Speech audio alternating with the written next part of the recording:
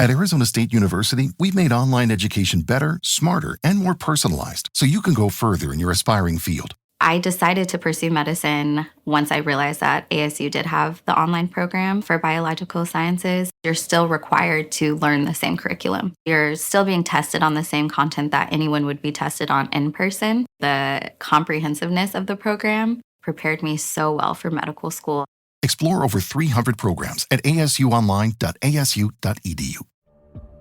Y por aquí con nosotros, Juan Ramón Rayo, que siempre es un placer tenerle por el canal. Estrena, de hecho, esta imagen renovada que yo tengo en el set y un placer tenerte por aquí y charlar contigo de economía, de las novedades y de todo lo que se está produciendo en los mercados. Así que bienvenido. Por poner un poco en contexto ya y centrarnos directamente en lo que importa, ¿no?, a la mayoría de la gente que nos esté escuchando. Tuvimos reunión de la Reserva Federal recientemente. Jerome Powell sigue un poco su línea de actuación y de mantener tipos de interés mientras la economía siga. La inflación parece que le ha dado también tregua, aunque este viernes tenemos un dato muy importante. No sé si ahora te parece que la Fed tiene un aprieto con algunos datos que estamos conociendo, con la política arancelaria de Trump, que luego profundizaremos más. No sé qué balance puedes hacer de todo esto. De momento no hemos visto nada. De hecho, en febrero se marcaron récords de déficit público, pero sí es verdad que se avanza en esa dirección. Claro, tendremos por un lado el estrechamiento monetario que no ha concluido y por otro el estrechamiento fiscal. Y a eso se le suma un clima de incertidumbre político-económica que enrarece la inversión. Es decir, la inversión a largo plazo lo que quiere es previsibilidad y obviamente también que no haya fricciones a la hora de invertir, que los costes de la inversión no sean muy elevados, que la rentabilidad de la inversión sea alta. Pero claro, con todas las amenazas arancelarias que está dirigiendo Trump, al menos a corto plazo, lo que está haciendo son dos cosas. Por un lado, hundir la rentabilidad de las inversiones proyectadas, de las inversiones, digamos, más conocidas o anticipables, es decir, las inversiones que se podían desarrollar en lo que podríamos llamar el área comercial de influencia de los Estados Unidos. Todo eso, claro, si disparan los aranceles, habrá que replantearlo y habrá que replegar las inversiones internamente, ¿no? Y eso, pues, es un cambio de perspectiva, es lo que algunos economistas llaman un recálculo. Hay que rehacer los planes empresariales y la composición del lugar, ¿no? Y por otro, también está introduciendo ya no mayores costes a la inversión, ya no reducción de la rentabilidad, sino, como decía, incertidumbre en esa rentabilidad, porque no se trata solo de que Trump diga, mira, a partir de este día los aranceles en los Estados Unidos frente al resto del mundo van a ser del 25%, o frente a este país del 15%, al otro del 20%, al otro del 25%, y esas son las nuevas reglas de juego. Señores empresarios, inviertan dada esta nueva situación regulatoria comercial que yo he impuesto.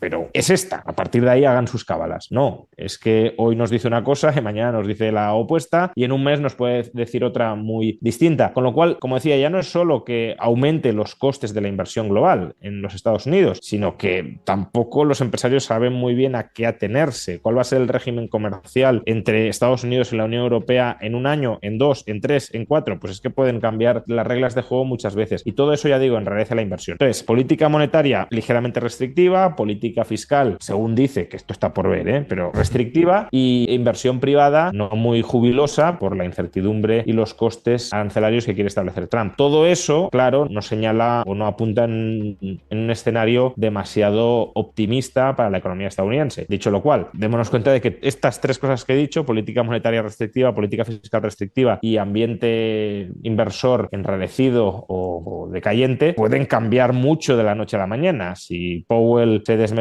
y emprende una política monetaria mucho más expansiva, si Donald Trump, aunque diga que va a acabar con el déficit, en realidad no hace nada y mantiene los déficits públicos muy altos, y si el plan de aranceles en última instancia se termina aguando y por tanto se despejan algunos de los miedos que hoy operan en los mercados, pues todos esos vectores que ya decía no son demasiado optimistas, pues pueden girarse repentinamente en una dirección más optimista. Mira, yendo a gráficos para poder ilustrar todas estas incertidumbres que comentas que tenemos ahora mismo en escena, déjame que te comparto por aquí un gráfico, y es este que es de T.S. Lombard, que establece con respecto a todo este ruido que se está generando con respecto a las políticas arancelarias, cómo se puede deteriorar la data macro con respecto a lo que pensábamos, ¿no?, o se preveía anteriormente. Y fíjate cómo el consenso de mercado, la mayoría de las firmas de análisis de Wall Street cree que las posibilidades de recesión han escalado simplemente muy poquito, de un 20 a un 25%, que lo vemos ahí, pero el mercado sí que está apuntando a unas posibilidades mayores, hasta un 40%. Como dices, ¿crees que le tenemos que que ir dando credibilidad o prestar atención a esta posibilidad de que se deteriore un poco el esquema mucho más? ¿Hay que esperar al 2 de abril quizá para tener un poco el entorno más despejado? Sí, a ver, ahí esta brecha puede deberse o a que las casas de análisis tienen algo más de información que los inversores, información privilegiada, si lo queremos, sobre cuál va a ser o puede ser el rumbo de la política monetaria, de la política fiscal y sobre todo de la política arancelaria, o simplemente a que tienen pues análisis más desfasados de los que el mercado ahora mismo está procesando. Desde luego, los análisis que uno haga es lo que decía la Fed, ¿no? Tiene que ir revisándolos dato a dato. Es decir, cada nueva pizca de información que vayamos logrando incrementará la probabilidad de que los escenarios sean unos u otros. Si el 2 de abril, por ejemplo, Trump sube modestamente los aranceles o lo hace casi con una voluntad propagandística, pero sin atacar el núcleo del comercio entre Estados Unidos y el resto del mundo, pues entonces, hombre, ahí tendremos un cierto indicio de que quizá vaya de farol, de que quizá no pretenda cargarse los flujos comerciales globales y por tanto se empezarán a despejar incertidumbres. Si el déficit público vemos que mes tras mes no se está reduciendo, sino que se mantiene o incluso aumenta, pues entonces política fiscal restrictiva poca. Y si Powell pues va avanzando en la dirección de, oye, pues ya no vamos a reducir la base monetaria tanto como la veníamos reduciendo, sino que vamos a limitar el ritmo de reducción de nuestro balance o incluso en algún momento vamos a paralizarlo o vamos a incrementarlo, pues todo eso, claro, nos irá dando indicios de si el viento sopla en una dirección o en otra. Ahora mismo yo creo que hay, bueno, pues razones para ser cauto, por lo que mencionaba, ¿no? Porque en estos tres frentes, pues no parece que se vayan a desmelenar en una dirección de estímulo, aunque sea artificial y a corto plazo del mercado. Pero, bueno, la política es perfectamente cambiante y todo esto que estamos comentando son decisiones políticas, no son dinámicas económicas como tales. Claro, todo esto te lo pregunto también porque el mismo Scott Bessent, secretario del Tesoro de Estados Unidos, decía recientemente que la economía de Estados Unidos tenía que pasar por un periodo de desintoxicación y que dentro de esa desintoxicación no tenía por qué ser una recesión económica, pero sí una transición de una economía dopada por el gasto público a que el sector privado tirase de la economía y que en esa transición pues a lo mejor había cierto ajuste y cierto dolor. Bueno, a ver, yo creo que están como intentando importar el discurso de Milei en Argentina, ¿no? Que en Argentina sí fue exactamente así, es decir, hubo unos meses bastante complicados, enero, febrero, marzo, hasta mediados de abril, donde el muy considerable ajuste fiscal que hizo Milei, un recorte en torno al 25% de todo el gasto público, que se dice pronto, obviamente tuvo un impacto negativo a corto plazo en la economía, pero luego ese motor de gasto, de motor de la demanda, que era el gasto público, se ha reemplazado pues por el consumo privado, por las exportaciones y también, y de manera creciente, por la inversión privada. Claro, si de verdad fuera eso lo que tiene en la cabeza el gobierno de Donald Trump, pues bueno, a lo mejor podría haber algún motivo para ser pesimista en el muy corto plazo. Es decir, si uno se fija en tendencias de muy corto plazo, pues claro, si vas a hacer un ajuste muy grande, si pretendes reemplazar parte del peso que tiene sobre la actividad productiva del Estado por un mayor peso del sector privado, ahí habrá una transición que no es inmediata y esa transición no inmediata implica pues una cierta parálisis o caída de la actividad de esos motores que se apagan y hasta que se encienden otros, pues ya digo, pasa tiempo y no es inmediato. Pero si eso fuera lo único que tienen en mente, pues sería bastante optimista en el medio y largo plazo, que claro, es una sustitución de actividad estatal alejada de las necesidades de los ciudadanos y de la generación de riqueza por otra actividad privada expuesta al mercado y azuzada por el propio mercado para que genere riqueza, ¿no? Entonces eso sería un cambio positivo y a corto plazo quizá algo contractivo, pero a largo plazo sería expansivo. El problema es que en este discurso de hemos de pasar por un periodo de desintoxicación, de transición, también se mezclan los aranceles y eso es algo muy distinto porque multiplicar los aranceles no va a ayudar a que la economía estadounidense vaya mejor, crezca más o crezca más sólidamente. Lo que va a generar, si el plan arancelario ultra agresivo de Trump saliera adelante, es una pérdida de competitividad grande de la economía estadounidense y de la propia productividad de la economía. Entonces, claro, esto no es dolor a corto plazo para beneficios a largo plazo, esto es dolor a corto plazo para más dolor a largo plazo. Ya digo, como no sabemos muy bien todo el pack de política económica que pretende aplicar Trump, es difícil saber, al menos con la información que tenemos hoy, qué viene después del dolor. En cierto modo, el gobierno Trump nos está diciendo que viene algo de dolor, quizás no recesión, pero sí desaceleración. Pero claro, ¿cuál es la causa de ese dolor? La causa de ese dolor es que están haciendo una transición virtuosa hacia una economía más robusta, que tenga menos peso del sector público y más del sector privado, o la causa de ese dolor es que se están cargando la economía privada con subidas fortísimas de impuestos, como son los aranceles. Porque si es eso, desde luego no hay motivo para ser optimista ni complaciente, ni en el corto, ni en el medio, ni en el largo plazo. Mire, te quiero compartir en relación con esto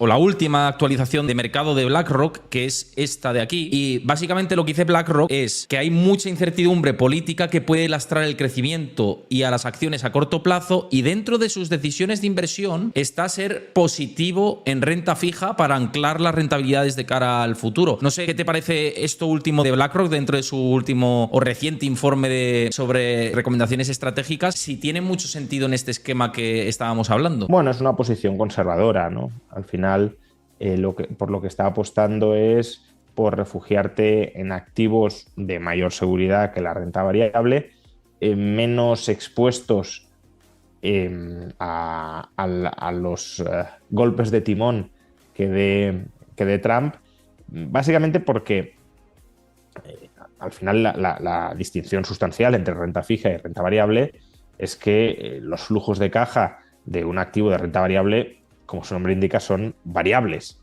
Es decir, según la economía lo haga mejor o lo haga peor, según la empresa lo haga mejor o peor, los flujos de caja que recibirá el accionista serán mayores o serán menores.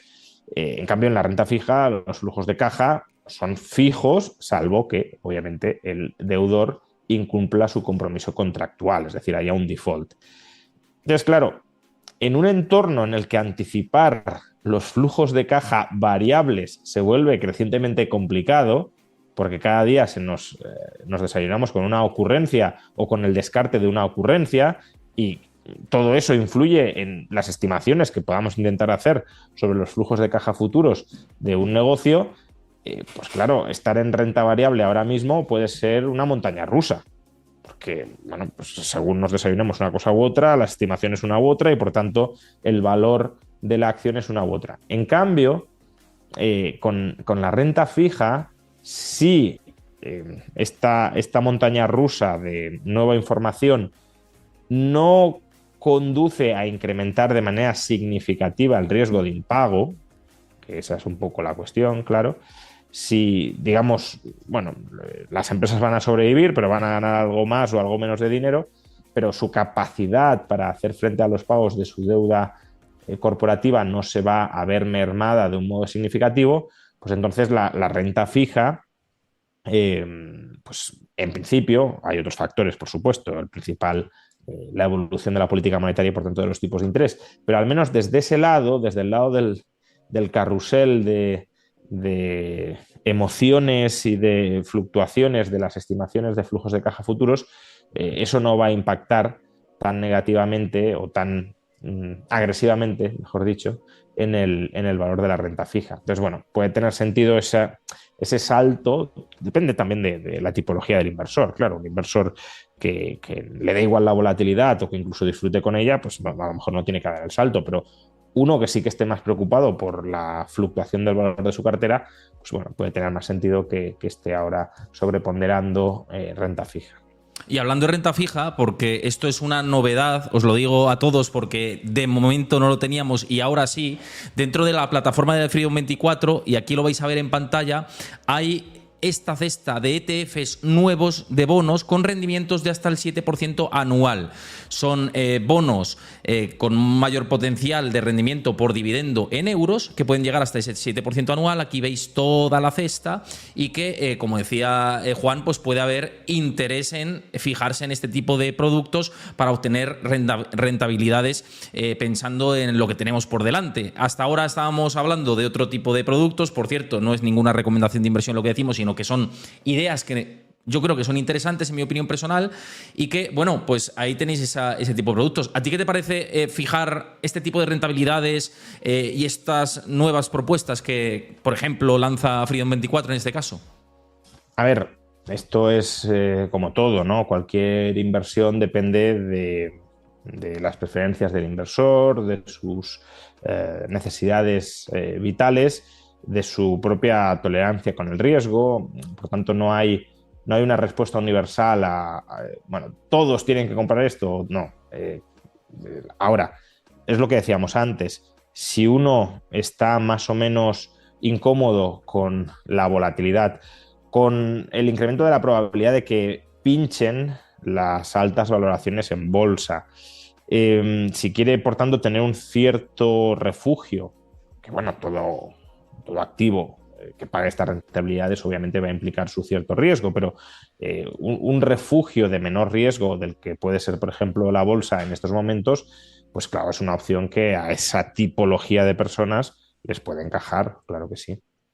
Pues para los que os queráis aprovechar de esta posibilidad, que sepáis que tenéis el enlace en la descripción del vídeo si lo veis en YouTube, ahí abajo pinchando, en la descripción del vídeo y en el comentario fijado, también en el comentario fijado y en la descripción del vídeo del canal de Juan Ramón Rayo, que os invito también a que lo sigáis, y por el chat os lo pasan ahora mismo en directo para que os aprovechéis de esta novedad de la que iremos hablando a lo largo de los próximos vídeos y que, en mi opinión personal, creo que merece bastante la pena echarle un ojo. Así que dicho esto, a quien le interese ya sabéis. Bueno, quería hablarte también, dentro de lo que tenemos esta semana, tenemos el dato del PCE, que es la inflación en la que se fija básicamente la Reserva Federal y que puede causar cierta volatilidad. Y me ha llamado la atención una última actualización en el informe de Ed Yardeni, que ha sido siempre de los más alcistas de Wall Street y los más optimistas, y dice que la situación del PCE y del IPC a futuro van a ser muy importantes, y dentro de esto su factor de mayor riesgo ahora mismo, que le están dando cada vez más probabilidades, es la posibilidad de que venga un periodo de estanflación, de desaceleración del crecimiento económico y de una inflación que sea muy pegajosa y al final se cruce, ¿no?, esa posibilidad. ¿Crees que, como dice Yardeni, puede ser uno de los principales riesgos de cola en este escenario también? Hombre, yo creo que ese es el escenario que ahora mismo más preocupa al mercado, ¿no? Esa posibilidad, al menos. Porque, por ejemplo, una crisis, una depresión de tipo deflacionario como la que tuvimos en 2007-2008, creo que nadie se la está planteando. Es decir, un colapso del sistema financiero global y un impago masivo de la renta fija, ¿no?, de los bonos, pues no está sobre la mesa, porque no se dan los mimbres económicos y financieros para que algo así suceda. No estamos en un contexto de sobreapalancamiento contra activos con valoraciones absolutamente desproporcionadas. Ahora el riesgo que sí puede haber es efectivamente que haya un estancamiento con inflación. Tenemos un exceso de deuda pública, un alto volumen de deuda pública, cuya demanda, pues claro, si no sigue creciendo al ritmo necesario para absorber todas las nuevas emisiones cada año, eso tiene un componente inflacionario. Y claro, si esa inflación convive con un estancamiento económico, pues el escenario estanflacionario no es tan inverosímil como si lo sería una depresión deflacionaria del estilo de la de hace 20 años. Entonces, claro, la estanflación, el problema es que obliga a llevar a cabo una política fiscal y monetaria doblemente contractiva y claro, pues se agrava la situación de estancamiento, incluso de recesión, y hasta que se estabiliza el valor de los pasivos estatales, es decir, hasta que deja de haber inflación, pues pueden pasar años. Claro, años de estancamiento o de recesión como receta, como medicina para solventar un escenario de estanflación, pues obligaría, claro, a revisar todas las expectativas de beneficios empresariales, por tanto todas las valoraciones de activos, y con un sesgo mucho más pesimista. ¿Está ese escenario sobre la mesa? Hombre, yo no diría que es ahora mismo lo más verosímil o lo más probable, mejor dicho, pero claro, las políticas arancelarias, en la medida en que sean muy agresivas, te pueden conducir a algo parecido a eso. Es decir, si tú te cargas los flujos comerciales globales, vas a generar una disrupción de la actividad económica muy seria. Y si uno pretende contrarrestar esa disrupción de la actividad económica, que no deja de ser un shock negativo de oferta potencialmente muy contundente, claro, habrá que ver la magnitud de la guerra comercial, pero potencialmente muy contundente, si lo pretendes contrarrestar con políticas monetarias expansivas, ¿no? Si Powell dice, pues se hunde la economía estadounidense, cae la economía estadounidense, vamos a bajar tipos de interés. Y también con políticas fiscales expansivas, si el gobierno de Trump dice, la actividad económica está por los suelos como consecuencia de los aranceles, vamos a aumentar el déficit público para estimular la economía. Pues ese es un contexto en el que claro que podría prender la mecha esta inflacionaria. Te quería preguntar también por el tema de Europa, ¿no? Que ahora está en boca de todos también, ya no solo en términos de mercados, que está marcando, y luego lo vamos a ver con un gráfico, ¿no? El mejor primer trimestre de las últimas décadas y superando a Estados Unidos y otros mercados, o sea, está siendo muy llamativo. Y en parte este hype que tiene la bolsa europea es por ese plan de gasto incentivado por Alemania y en el que, bueno, pues están metiendo toda la carne en el asador en las infraestructuras y en defensa. No sé qué te parece todo esto, que Alemania haya dicho se acabó nuestra responsabilidad fiscal, vamos adelante, expandimos déficit y bueno, como el resto lo ha hecho, pues nosotros también, ¿no? No sé cómo has visto todo esto. A ver, Alemania, más allá de si es recomendable económicamente que lo haga o no, tiene capacidad financiera para hacerlo. Esto es lo primero que tenemos que tener en cuenta. Una de las ventajas que te da la austeridad practicada durante muchos años es que si en un momento quieres dejar de ser austero, puedes dejar de serlo sin que se te caiga el edificio encima. Claro, si Alemania tuviese un 150% de deuda sobre PIB, pues a lo mejor no podría hacer según qué cosas o el coste de hacerlas sería desde luego mucho mayor.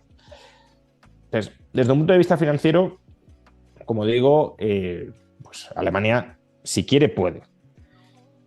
Otra cosa son si estas inversiones van a ser expansivas en el medio a largo plazo.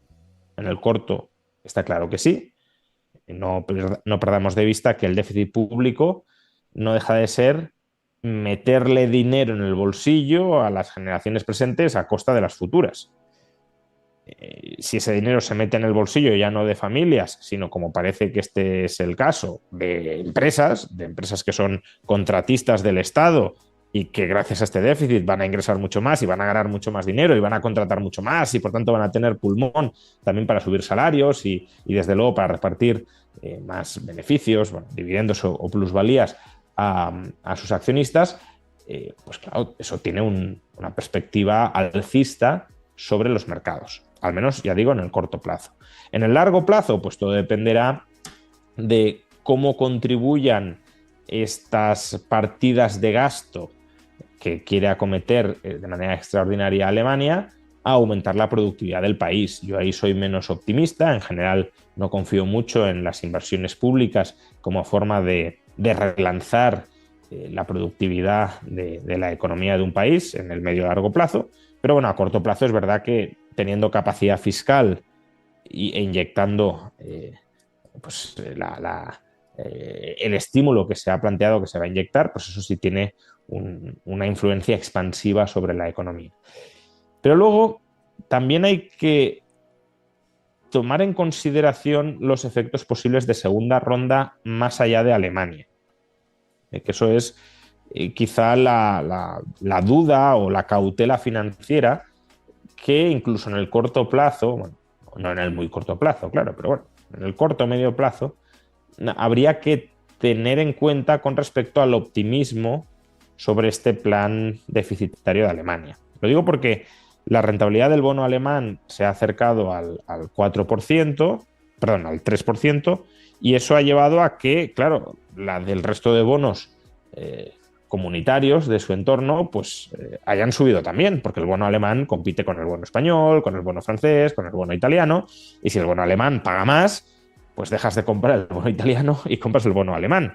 Y si dejas de comprar el italiano, pues el italiano paga más hasta que vuelvas a comprarlo. Entonces, claro, tenemos el coste de la deuda alemana al 3%, casi al 3%, el de la deuda española casi al 4% y el de la italiana casi al 5%. Entonces, esto, si es la nueva normalidad de la deuda pública europea, pues va a tensionar las finanzas públicas de todos estos estados. Los hay que tienen más margen para tensionarlas, como el caso de España, que gracias a la inflación y al aumento del PIB por la inmigración ha diluido apreciablemente el peso de la deuda pública sobre el PIB y ronda ya al 100%, pero otros, claro, como Italia, si tú tienes 130% de deuda sobre PIB y un gasto en intereses que a medio plazo pues se te va, claro, si se mantuviera el coste sobre el 5, ¿no? se te va al 6,5% del PIB, pues ahí cuidado, que puede llegar a ser necesario algún tipo de programa de mutualización de deuda o de rescate o de subsidiación del coste de financiación de Italia. Y ya volvemos pues un poco a toda la dinámica de dudas sobre el euro, sobre la eurozona, sobre la unión monetaria y la unión fiscal, etcétera. Sí, todas estas cosas que nos suenan, ¿no? De Sí, tiempos. nos suenan de hace 13 años, en parte se revivieron después de la pandemia, pero bueno, el Banco Central Europeo salió al quite y terminó calmando los mercados, pero claro, ahora ya no es que haya un pánico, las primas de riesgo no se han disparado, pero es que si tú mantienes más o menos la prima de riesgo y aumentas la rentabilidad del activo libre de riesgo, pues los otros te van a subir en paralelo, claro.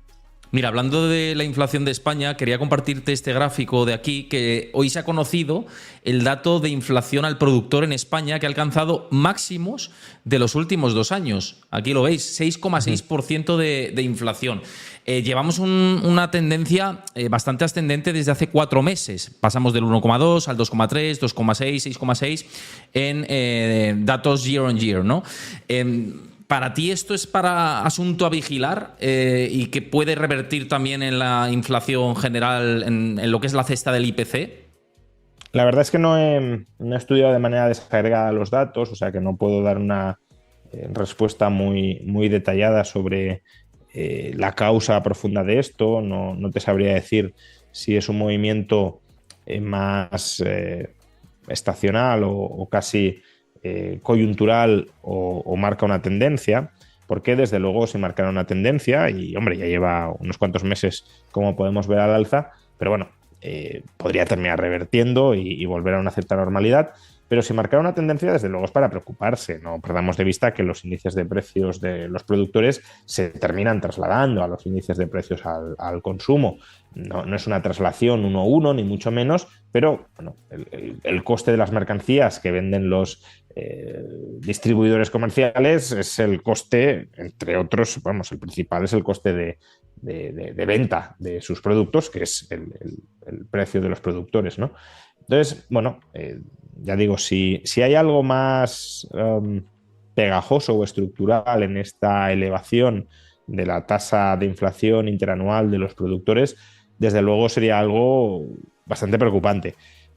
No lo sé porque no he buceado en los datos para darte una respuesta clara al respecto, pero bueno, decías, ¿es algo a lo que prestar atención? Hombre, pues aparentemente sí, es decir, este aumento del 6,6 no es algo normal o no es algo habitual y desde luego no es algo que deba mantenerse en el tiempo si queremos alcanzar y preservar la estabilidad de precios. No, y que además también viendo los últimos datos de IPC, que veíamos como que el suelo ya se había marcado claramente, volvía a repuntar, una inflación que sigue tampoco sin controlarse como en la mayoría de los países con esa parte pegajosa, este componente, ¿no?, de que los productores están pagando precios más altos, pues desde luego no estoy completamente de acuerdo contigo que es algo que tenemos que echarle el ojo 100%, pero seguramente habría que desagregar esos datos para ver ese componente, ¿no? Claro, y qué es lo que está marcando. Puede haber algún componente que haya sesgado mucho al alza los datos de este mes. Así ha sucedido con el IPC, por ejemplo, en España, y por tanto que no sea del todo representativo de una tendencia que se vaya a mantener al alza. Si tuviéramos alzas tan importantes como esa en la mayoría de bienes al productor, es decir, si no hubiese una causa localizable muy clara en algún shock de oferta o de demanda, desde luego sí sería para preocuparse. Si no, pues bueno, puede ser una anécdota estadística, pero bueno, son cifras o son porcentajes que ya desde luego no son irrelevantes o no son poca cosa. Mira, esto me sirve también, aunque no tiene mucha relación como tal, pero quería compartirte esto porque no sé por qué me ha venido a la cabeza con el tema de la inflación. El otro día Powell, no sé si lo viste en rueda de prensa, le preguntaban por el tema de los aranceles y de por qué los precios podían subir al alza. Hizo una comparativa con las lavadoras. Y Morgan Stanley les ha contestado en su último informe. Dice que claro, que las condiciones de compra como se espera que ahora están bien y que a futuro puede que no, pues que la gente está consumiendo más y que por eso las perspectivas de los que venden lavadoras u otros electrodomésticos están subiendo. Claro, igual puede haber ese componente de que económicamente haya cierto, porque estamos esperando desaceleración, pero si hay mucho gasto también a lo mejor el consumo también puede tirar en el corto plazo para después caer, ¿no? Sí, o sea, aparte de estos movimientos, por ejemplo, de los precios que mencionabas antes, pueden ser anticipación de cosas, ¿no? Puede haber un aumento muy fuerte de la demanda, por ejemplo, de ciertos inputs ante el riesgo de que se impongan aranceles, ¿no? Acaparamiento de inventarios y que eso haya elevado los precios al productor, pero si es así, en el futuro se tenderán a normalizar, ¿no? A revertir, digámoslo así, hacia la media. Con las lavadoras y los electrodomésticos, pues puede pasar algo parecido.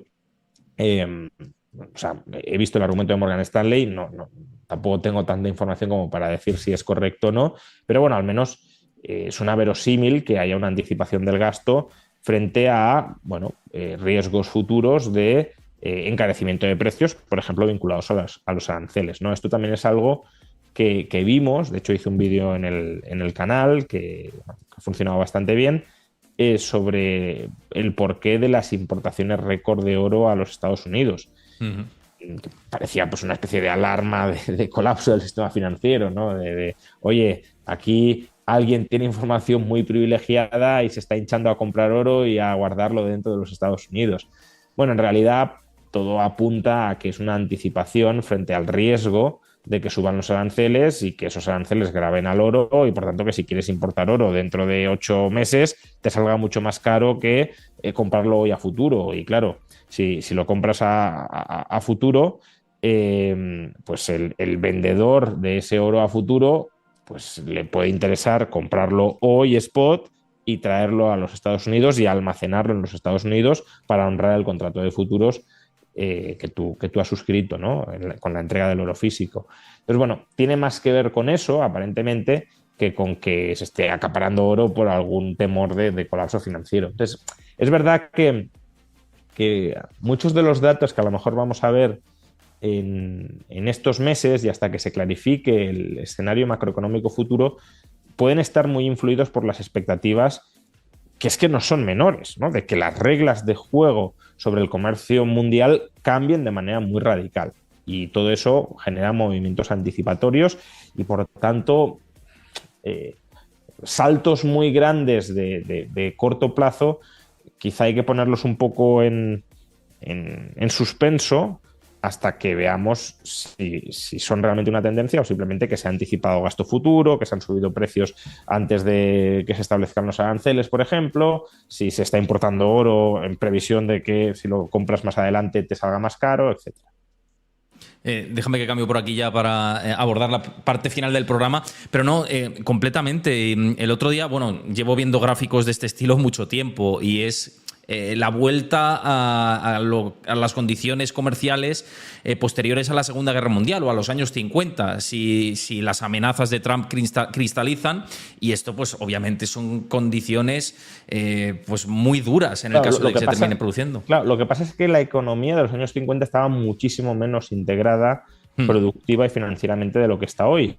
Entonces, claro, no es el mismo impacto, ¿no? No podemos pasar de una estructura productiva como la que tenemos hoy a una estructura productiva como la de los años 50 sin que se rompan muchas cosas. Y pues uno podría decir, es menos eficiente, pero en los años 50 se funcionaba.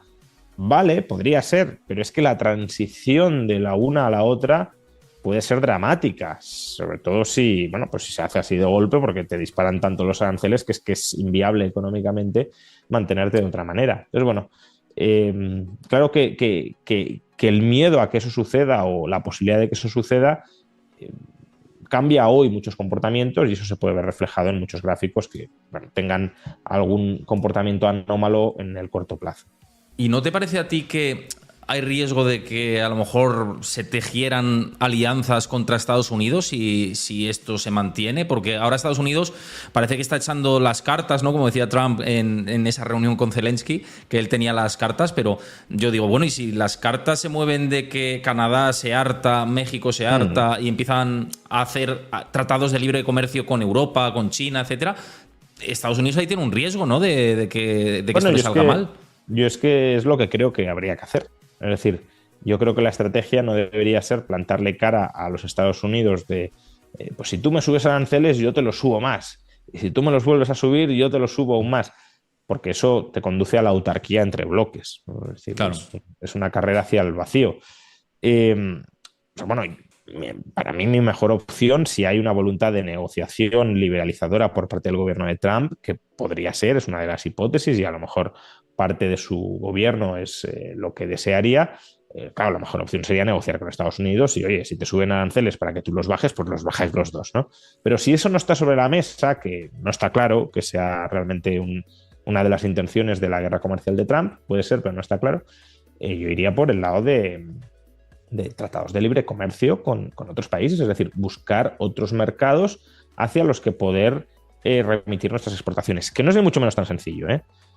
Aún así, con todo eso habría disrupción económica, porque si tú tienes pues la cadena de valor de automóviles dividida entre Estados Unidos, México y Canadá, por mucho que Canadá firme un acuerdo de libre comercio con la Unión Europea, la cadena de suministros es la que es. Entonces claro, no la puede trasladar a la Unión Europea de la noche a la mañana.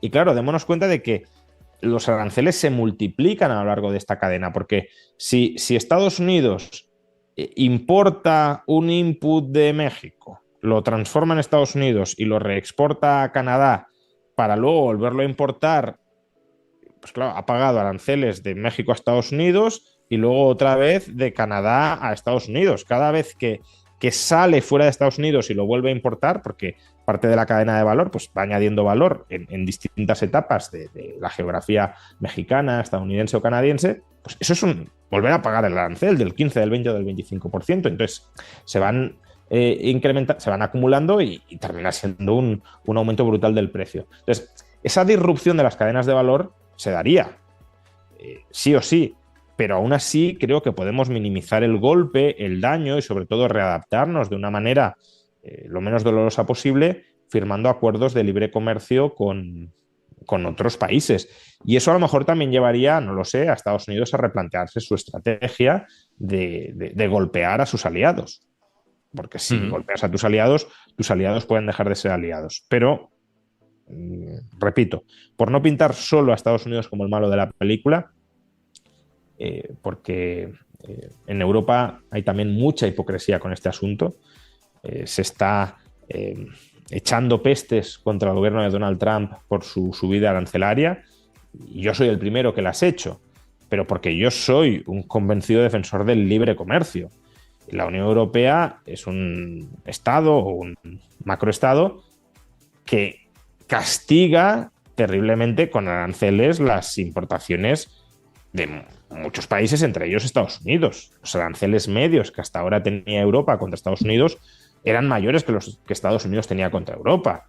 Hace 2 tardes, como aquel que dice, la Unión Europea le declaró la guerra comercial a China contra los automóviles, contra su industria automovilística. Entonces, claro, que tú estés también metido en una guerra comercial de una intensidad menor que la que está planteando Trump, pero una guerra comercial al fin y al cabo, y que ahora digas, no, es que las guerras comerciales son malísimas. Pues hombre, cambia tu enfoque. Que tu enfoque no sea la guerra comercial, sino el libre comercio. Entonces, bueno, creo que Europa debería, ya digo, plantearse buscar acuerdos de libre comercio, pero idealmente, si hay voluntad de entendimiento con Estados Unidos para abrir recíprocamente el comercio, ese debería ser el camino a seguir. Oye, me parece interesante, súper lo que has comentado, pero para cerrar te quería preguntar por Argentina, porque estamos muy cerca de que haya acuerdo con el FMI, no sé qué perspectivas tienes, porque hemos conocido también últimos datos que han sido positivos. ¿Qué puede suponer este acuerdo? ¿Cómo lo ves? ¿Cuál es el horizonte para Argentina con esta situación? A ver, es un tema largo, ¿no? Pero yo personalmente el Fondo Monetario Internacional lo cerraría. Creo que el Fondo Monetario no tiene que existir y no se tiene que dedicar a dar créditos a estados sobreendeudados a costa de la capacidad de financiación de los estados solventes, ¿no? Creo que esto es algo que es el discurso liberal canónico y que yo mismo he defendido muchísimas veces. Ahora, desde la perspectiva del Estado argentino, que es de lo que estamos hablando, claro, si a ti te prestan a un tipo de interés más bajo de aquel al que te puedes financiar al mercado, pues te están subsidiando, te están haciendo una transferencia internacional, digámoslo así, ¿no? Un regalo internacional. Entonces, yo desde la perspectiva del Estado argentino entiendo que quiera cerrar un acuerdo de financiación con el fondo. Y es un acuerdo que, si se gestiona razonablemente, será beneficioso para el Estado argentino. Para los que financian ese préstamo, que somos el resto, pues a lo mejor no, porque estamos asumiendo un riesgo alto a cambio de una rentabilidad baja. Pero para el Estado argentino, si hace bien las cosas, sí lo será. ¿Y qué es hacer bien las cosas? Todos los préstamos que hasta la fecha ha dado el FMI a Argentina, se los había dado para sufragar el déficit público argentino. Es decir, para posibilitar que el Estado argentino siguiera gastando más de lo que ingresaba. Es decir, para retrasar el ajuste de las cuentas públicas, para darle más gasolina al pirómano. Lo que ha dicho el FMI, y es así, y de hecho los críticos de Milei también lo han reconocido, es que Milei ha hecho más ajuste que aquel que le pedía el FMI. Es decir, que ha sido más papista que el Papa, que se ha preocupado más por su acreedor, por el FMI, que el propio acreedor, ¿no? Entonces, si esta dinámica de austeridad y de equilibrio fiscal se mantiene, que tú recibas financiación para refinanciar los vencimientos de tu deuda, porque Argentina sigue muy endeudada, por mucho que tengas superávit o equilibrio fiscal, no tienes la capacidad de retirar todos los vencimientos de deuda que se te van acumulando, pues eso, claro, es una forma de darle estabilidad financiera al país para que la economía se siga recuperando y para que se afiance la posición fiscal del Estado, ¿no? Además, en el caso de Argentina, este préstamo creo que puede ser positivo si, de nuevo, el gobierno de Javier Milei cumple con su compromiso, porque es un préstamo que supuestamente irá vinculado a un levantamiento anticipado de los controles de capitales. El gobierno de Javier Milei, yo creo que con buena razón en ese sentido, tiene una preocupación de que si levanta los controles de capitales en una posición financiera que todavía es débil del Estado argentino, sus reservas internacionales netas siguen siendo negativas, muy negativas, puede haber una depreciación muy fuerte del peso. Y una depreciación muy fuerte del peso, es decir, una cosa es que tú toleres una cierta depreciación, pero que se te vaya el peso y que no seas capaz de controlarlo, puede ser un movimiento autoalimentado que te destruya las expectativas y que te, no voy a decir que te regrese a las altísimas tasas de inflación o a la hiperinflación a la que parecía abocada Argentina en 2023, pero desde luego que te rompa esta más o menos estabilidad que has alcanzado por debajo del 3% mensual. Entonces, claro, el préstamo recapitaliza al Banco Central, porque es un préstamo al Tesoro, pero el Tesoro lo utilizará para pagar las deudas que tiene con el Banco Central, con lo cual las reservas de dólares irán al Banco Central, y con ello el Banco Central tendrá ya reservas internacionales netas positivas y tendrá un margen de maniobra para estabilizar el valor del peso en los mercados, al menos para frenar depreciaciones de pánico monetario, ¿no?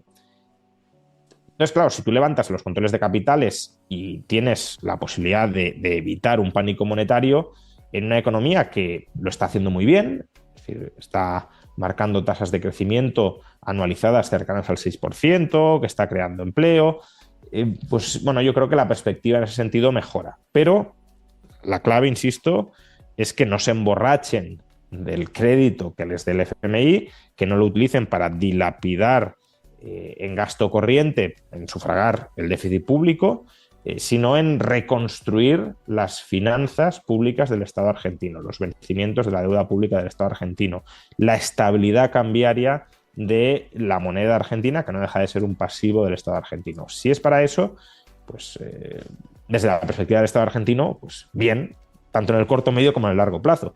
Si es para otras cosas, pues para el Estado argentino en el corto plazo quizá bien, ¿no? La fiesta peronista que siga, a medio y largo plazo mal, porque empeorará la calidad de la economía y el nivel de vida de la sociedad, Para los acreedores, para los prestamistas, pues bueno, nunca es bueno que tomen por la fuerza tu dinero y se lo presten en contra de tu voluntad a otro. Pues bueno, yo creo que ha sido un repaso bastante amplio de todo lo que tenemos ahora en la actualidad. Como siempre, un placer tenerte por aquí, Juan. Siempre aprendemos mucho y bueno, pues ahora en este contexto en el que hay mucha información y muchas novedades y muchos cambios, pues con más razón, ¿no? Intentar analizar lo que está pasando. Así que muchísimas gracias. Muchas gracias a ti, Héctor, y hasta la próxima. No te pierdas las ofertas manos a la obra con PowerTorque. Las herramientas manuales PowerTorque están garantizadas de por vida y de venta solo en O'Reilly Auto Parts. O'Reilly Auto Parts.